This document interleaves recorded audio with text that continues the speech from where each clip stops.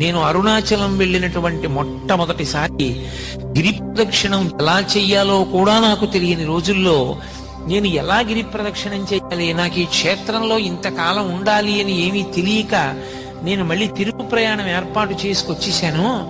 ఎలా అని నేను అక్కడ నిలబడి ఉంటే ఒక వ్యక్తి వచ్చాడు. గిరి ప్రదక్షిణం చేస్తారా అని అడిగాడు. అవును అన్నాను. నేను తీసుకెడతాను రండి, నేను ఇక్కడే ఉంటాను, ఇప్పుడు చూస్తూ ఉంటానన్నాడు. చీకట్లో నడిచి పెడుతున్నాను. అకస్మాత్తుగా చేయి పట్టుకుని అటువైపుకి తీసుకెళ్లాడు పొదల దగ్గరికి. మీరు నన్ను నమ్మండి, ఇంత పవిత్రమైన వేదిక మించి చెప్తున్నాను, అబద్ధాలు అడుగు బతకవలసిన అవసరం నాకు లేదు. ఓవర్ బ్రిడ్జ్ మించి స్పీడ్ గా ఒక వెహికల్ దిగితే ఎలా దిగుతుందో స్ఫురద్రూపి తెల్లటి బట్టలు కట్టుకుని ఒక వ్యక్తి కొండ మించి అంతేసుకుంటూ దిగొచ్చాడు.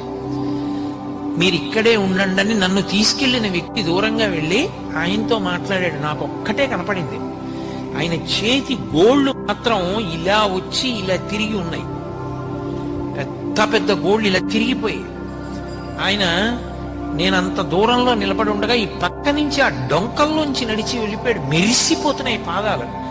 నేను ఈయనకి ముళ్ళు గుచ్చుకోవా అని చూశాను. అదేంటి అంత మెరిసిపోతున్నాయి పాదాలు అనుకునే లోపల ఆయన నడిచి వెళ్ళిపోయాడు. నన్ను తీసుకెళ్లిన ఆయన అడిగాను, ఆయన ఎవరని.